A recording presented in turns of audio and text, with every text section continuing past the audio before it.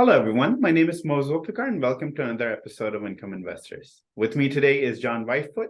But before I go into any details, I want to let you know that anything you hear in this video is for information and educational purposes only.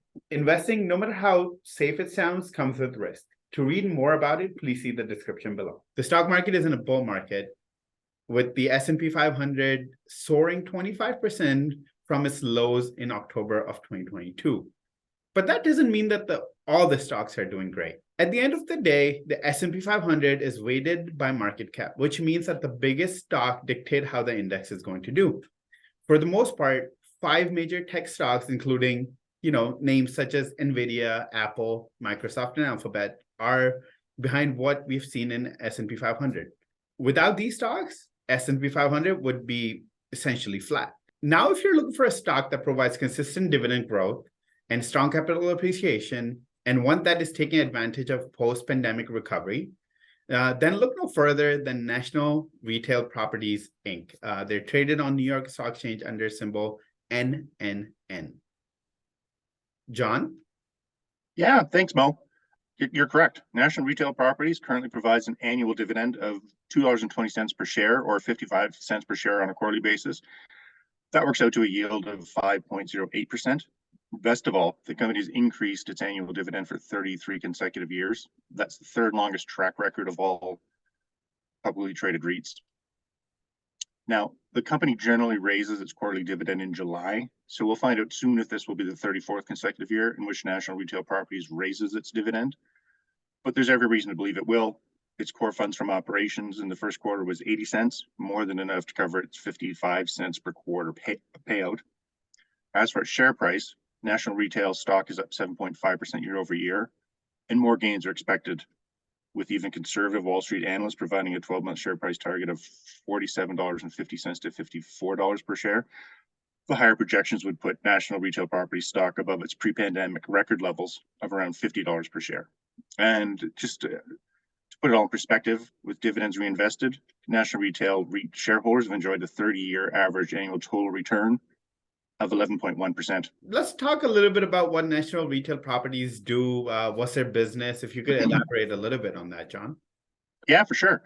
National Retail Properties is a real estate investment trust, or a REIT, and it acquires, owns, invests, and develops high-quality properties that are leased to retail tenants under long-term contracts, like 15 to 20 years, under the specific triple net lease contracts.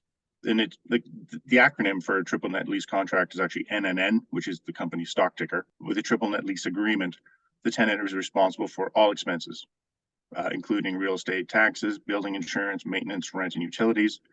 In essence, National Retail Properties just banks the base rent and has no obligation to spend money on the property or operations. And now, let me ask this question. Why would anyone sign up for triple net lease here? Well, there's definitely a lower initial investment in a triple net lease, which means National Retail can offer its tenants lower rents. This translates into lower occupancy costs for retailers. But, don't shed a tear for National Retail. It still, includes contractual rent increases that are built into its leases.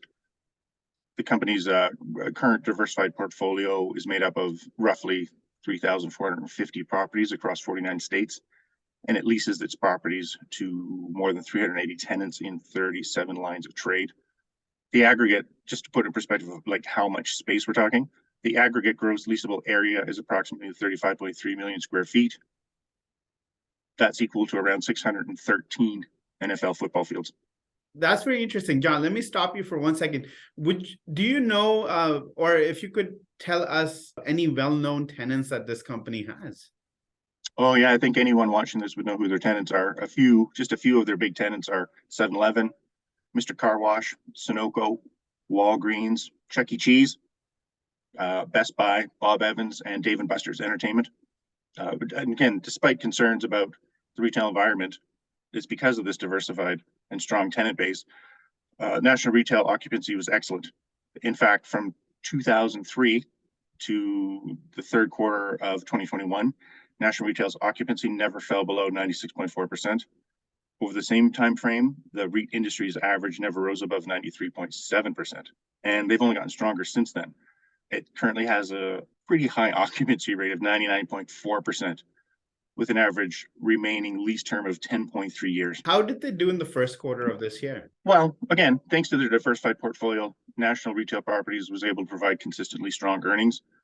In the first quarter of 2023, the company announced that revenue increased 7.2%, net income was up 10.8%, funds from operation climbed 6.6% to 80 cents per share, and core funds from operation earnings were up 3.9% at 80 cents per share.